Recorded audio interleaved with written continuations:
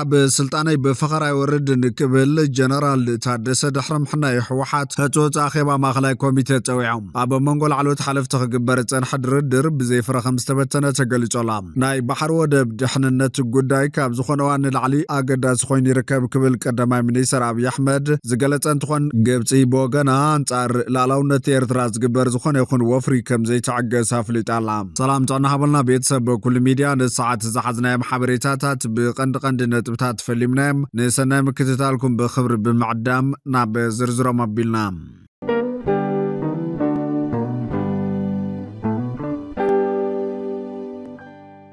ناي بحر ودب دحننت غداي كاب زخونوان لعل قداس خوين يركب كبل قدماي منيسر دكتور ابي احمد قاليصوم اب عالم نقدن اندسترين زولو متسار اب اير مريتن بحرن بزفتر زولو سغاتا تاسيرو سلازولو ناي بحر ودب دحننت غداي كاب زخونوان لعل قداس مخانو قدماي منيسر دكتور ابي احمد قاليصولم قدماي منيسر كم بزغلصو منغستي كاب عامتات قدم حزيا بحر زكايد منقساس حرغا كغاطم كم زخل بمغمات كاب بحري انترحقنا 130 مليون هزبي اب حدغاي ودق زبل صنع مرغصي ناكايد صنحيلوم منم كو شعو خول قالبون تزيتوهابو حزغنا هاغرات ناي نغد مسمرات نتقمم يخون نتقناقنتوم نمغدا بعوي درجه يقوصاصروم علويلوم سلازي كاب بحر مرحق يخون اب حد مسمر طراي ممركو اسرب حسل زيبلو ايثيوبيا نزناي لوجستيك زي مرغغا قدم حزي مغمات برواكتيف زخون فتح متقاما قدما منيسر راديولام ابين برسن 4 و 5 عامات صنحخا اتمهارو تمرتي اب سوي شدش ورحي اب غزها خوينكا كتمهار تخليخا منم زطراطر ነገር يبلون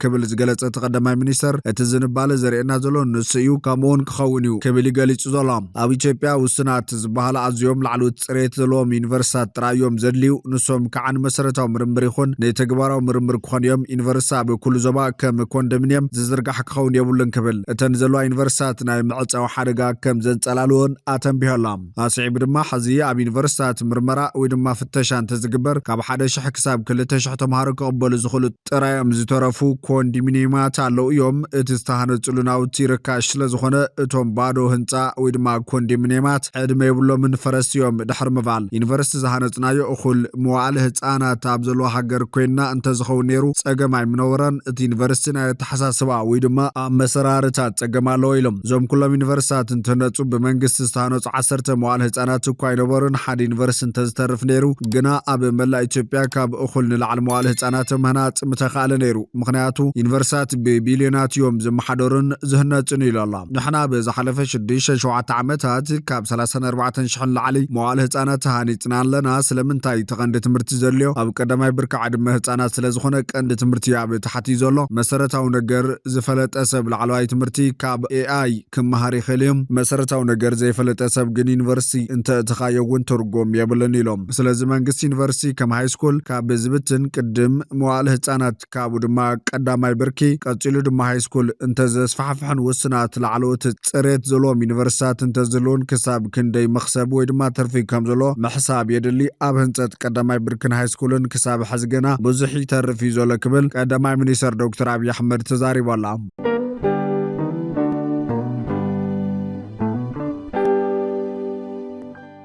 كاب سلطاني بفخر وردن كبل جنرال تادس ورد دحر محنا يحوحات صوصا خيبا ماخلاي كوميتي تصوي علامات اخيبا من واحد سلطان جنرال تادس ورد عين قبلن زبلوسان مصداق مخانو تفليطولام جنرال تادس شمت بريزيدنتنت غزاو ممحدار اب زحلف سومن بقداماي منيسر ايثيوبيا مس تناوحل فلموانيو مغلص هيبوم نسو ابتي تمال زهابو غازيطاو مغلصي مرحت حوحات سلطان كيتقبل يلمو كم زنبرن كم زي تقبلن تزاري والله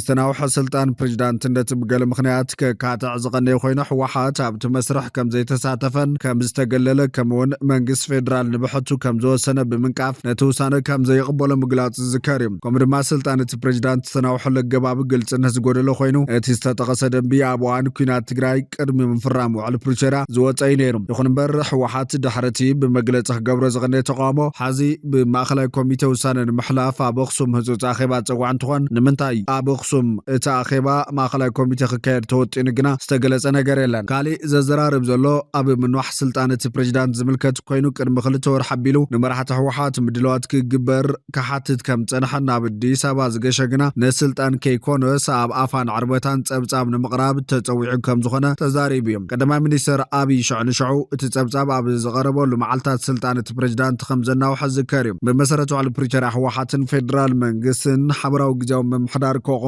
ዝጠልብ እኳ እንተኾና ስልጣን እቲ ዝተሾመ ፕሬዚዳንት ንምንዋሕ ናይ ክልቲኦም ኣካላት ተሳትፎ ከም ዘድሊ ዝገልጽ ነገር የለን። እቲ ፕሬዚዳንት ብህወሓት ዝቐረበ ሰብ ይኹን ካልእ ኣማራጺ ሓሳብ ዘየለ ምዃኑን ንስኻ ስልጣን ከይትቕበል ዝብል ሓውሲ ትእዛዝ ምንባሩን ይዛረብ። ፕሬዚዳንት ጀነራል ታደሰ ስልጣን ኣይቀበልን ምባል መሰሊ ንስኻ እውን ከይትቕበሎ ዝብል ግን ኣግባብ ከም ዘይኮነን ከም ዘይቕበሎን ምዚ ብዝተኣሳሰር ንዝመጽእ ድፊት ኣብ ትግራይ ኮይኑ ከም ዝቃለሶን ገሊጾም። ህወሓት ኣብ መግለጺ ዕድመ ስልጣን ግዜያዊ ምምሕዳር ትግራይ ምንውሑ ክልታዊ ፖለቲካዊ ዝርርብ ዘይተገበረሉን ካብ ኣፍልጦን ተሳትፎን ህዝባዊ ወያነ ሓርነት ትግራይ ወጻኢ ዝተመሓላለፈን ቤናዊ ውሳነ መንግስቲ ኢትዮጵያ ምዃኑን መላእ ህዝብና ኣደራደርቲ ስምምዕ ፕሪቶርያን ማሕበረሰብ ዓለምን ክነፍልጥ ንፈትሉ ነይሩ። እቲ ፕሬዚዳንት ዘሊልካን ፈኪርካን ዝኸው ነገር የለን ዝበለ ኮይኑ ኣብ ምምላስ ተመዛበልትናን ምውሓስ ግዛኣት ትግራይን ኣበርቲዑ ከም ዝሰርሕ ተዛሪቡ እዩ። ምምላስ ተመዛበልትና ይኹን ምውሓስ ግዛኣት ትግራይ ካብ ጭርሖት ዘለለ ክኸውን ኣለዎ ይብል መግለፂ እቲ ፕሬዚዳንት። ጉዳይ ተመዛበልትን ግዛኣታዊ ሓድነት ትግራይን ከምኡውን መፍታሕ ዕጡቓት ትግራይ ካብቶም ምስ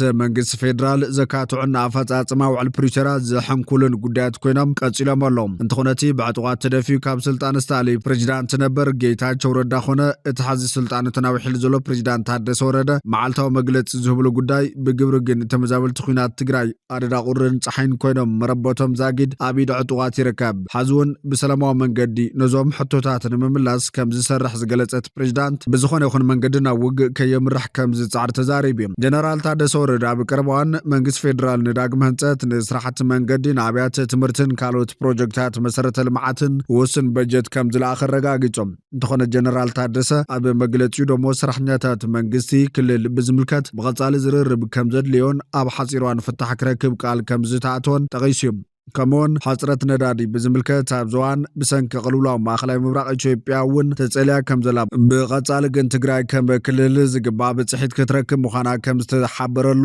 ኣፍሊጡ እዩ።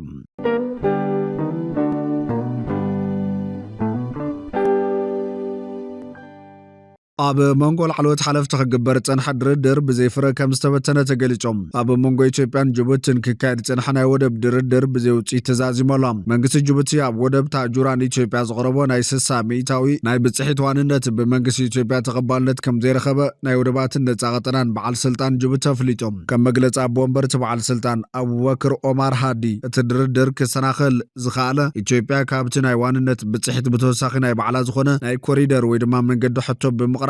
ጅቡቲ ኣማራፂ እዚ ዘቕረበትሉ ምክንያት ኢትዮጵያ ምስ ሶማሊላንድ ዝተፈራረመቶ ናይ ምርድዳእ ሰነድ ስዒባ ኣብቲ ዞባ ተፈጢሩ ዘሎ ውጥሪ ንምህዳእ እኳ እንተኾነ እቲ ናይ ኮሪደር ሕቶ ግን ነቲ ስምምዕ ከም ዝፈርስ ገይርዎላ። ይኹን እምበር ጅቡቲ ዛጊድ ናይ ኢትዮጵያ ኣታውን ወፃን ንግዲ ክፉት ምዃናን ብፍላይ ድማ ንመዳበርያን ተመሳሰልቲ ስትራቴጂካዊ ጽዕነታትን ቀዳምነት መሃብ ከም እትቐጽል ኣረጋጊጻላ። እዚ ከም ዘሎ ኮይኑ ግብፂ ኣንጻር ላዕላውነት ኤርትራ ዝግበር ዝኾነ ይኹን ወፍሪ ከም ዘይተዓገሰ ኣፍሊጣ። ኣብ ግብፂ መብጻሕ ዘካየድ ዘሎ ብሓላፊ ቁጠባዊ ጉዳያት ህግደፍ ሓጎስ ገብሪ ህይወት ዝምራሕ ጉጅለ ልኡኽ ኤርትራ ምስ ዝተፈላለዩ መራሕቲ እቲ ሃገር ብምርኻብ ይዘራረበሎ። ኣብቲ ምስ ሚኒስትር ጉዳያት ወጻኢ ባድር ዓብደላጢ ዝተኻየደ ርክብ እቲ ዓረባዊት ሃገር ንኤርትራ ዘለዋ ደገፍ ደጊማ ኣረጋጊጻላ። ብወገን ካይሮ ዝወፅእ ዜና ከም ዘነጽሮ ክልቲአን ሃገራት ስትራቴጂካዊ ዝምድና ኣለወን ክብል እቲ ግብፃዊ ሚኒስተር ከም ዝተዛረበ ይጠቅስ። ግብፂ ንላዕላውነት ሓድነትን ፀጥታ ግዛታዊ ሓድነትን ኤርትራ ሙሉእ ደገፍ ከም ዘለዋ ኣስሚሩሉ ይብል እቲ ብሚኒስተር ወፍሪ ንግዲ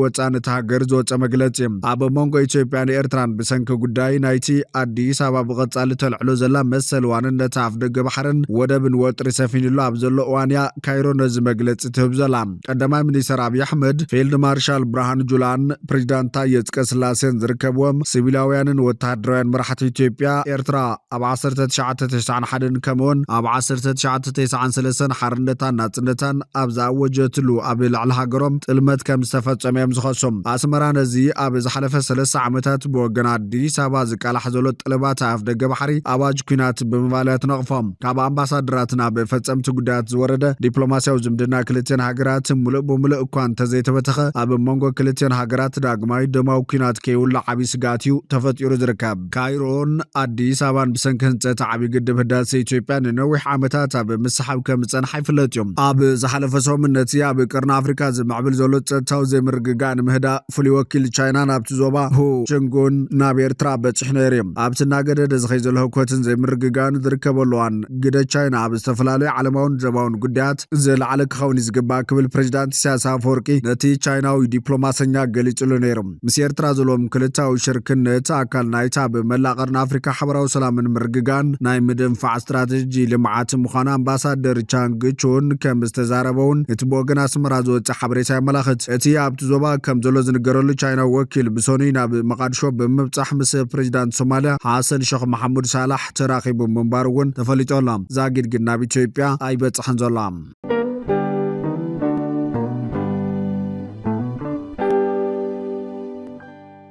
ኩናት ሱዳን ሳልሳይ ዓመቱ ዛዚሙ ናብ 4 ዓመቱ ኣብ ዝሰጋገረሉ ዘሎ እዋን እቲ ሃገር ብሰንኪ ዝካየድ ዘሎ ዘስካሕካሕ ግፍዓታት ኣብ ኣፍ ደገ ሙሉእ ምፍራስ ከም እትርከብ ሕቡራት ሃገራት ተጠንቂቖም ብ15 ማርች 2023 ልክዕ ከም ዝዓለት ኣብ ካርቱም ዝተወልዐ ግጭት ናብ መላእ ሃገር ልሒሙ ደማዊ ኩናት ኮይኑ ይቕፅል ኣሎ እቲ ኣብ መንጎ ሰራዊት ሱዳንን ዳዕመል ሰሪዕን ዝካየድ ዘሎ ውግእ ንሱዳን ካብቲ ኣሕዲራትሉ ዝነበረ ተስፋ ዲሞክራሲ ስግግር ኣንደልሂፁ ናብ ዝኸፈ ሰብኣዊ ቅልውላው ሸሚምዋ ይርከብ ላዕለዎት ልኡኻት ምርመራ ጭብጥታት ናይ ሕቡራት ሃገራትን ሕብረት ኣፍሪካን ብሓባር ዘውፅዎ መግለፂ እቲ ኩናት ናብ ዝለዓለ ደረጃ ሰብኣዊ ጥሕሰትን ዓሌታዊ ፅንተትን ዓሪጉ ምህላው ገሊፆም እቲ ኩናት 3 ዓመት ነቲ ሃገር ኣብ ክልተ ዝመቕላ ኮይኑ ክልቲኦም ሓይልታት እቲ ሓደ ነቲ ካሊእ ሙሉእ ብምሉእ ዘየሸንፈሉ ደረጃ በፂሖም ይርከቡ እዚ ድማ ነቲ ሃገር ንነዊሕ እዋን ተመቒላ ክትፀንሕ ከገድዳ ይኽእል እዮም ሰብኣዊ ጉዳያት ሱዳን ተዋሃድ ደኒዝ ብራውን ንኩነታት ሱዳን ካብቲ ዝተረሳዕ ቅልውላው ዝብል ልሙድ ኮይኑ ዝፀንሐ መፀውዒ ወፅያ እዚ ዝተሓደገ ቅልውላው ክትብል ማሕበረሰብ ዓለም ወቂሳ ብራውን ኣብ ከተማ ኤልፋሽር ጥራይ ዘጋጠመ ህልቂት ብምጥቃስ በመሰረት ዘረጋገጽ ናይ ሓበሬታ ኣብ ውሽጢ 3 መዓልታት ጥራሕ 6,000 ሰባት ተቐቲሎም ኣለው እቲ ሓቀኛ ቁፅሪ ግና ካብ ዝለዓለ ክኸውን ይኽእል ክትብል ስጋታ ገሊጻ መጽናዕቲ መርማሪ ጭብጥታት ሕብራት ሃገራት ዕጡቓት ዳዕመል ሰሪዕ ኣብ ጥቅምቲ 2025 ንከተማ ኤልፋሻር ኣብ ዝተቆጻጸረሉ እዋን እቲ ኣብ ልዕሊ ዓሌታት ዛጋዋን ፉርን ዝተፈጸመ ገፍዒ ሓደ ብሄር ንምጽናት ዝዓለመ ምዃኑ ዘርኢ ኩሎም ረቑሓታት ዘማልእ ክብል ኣመላኺቱ እዩ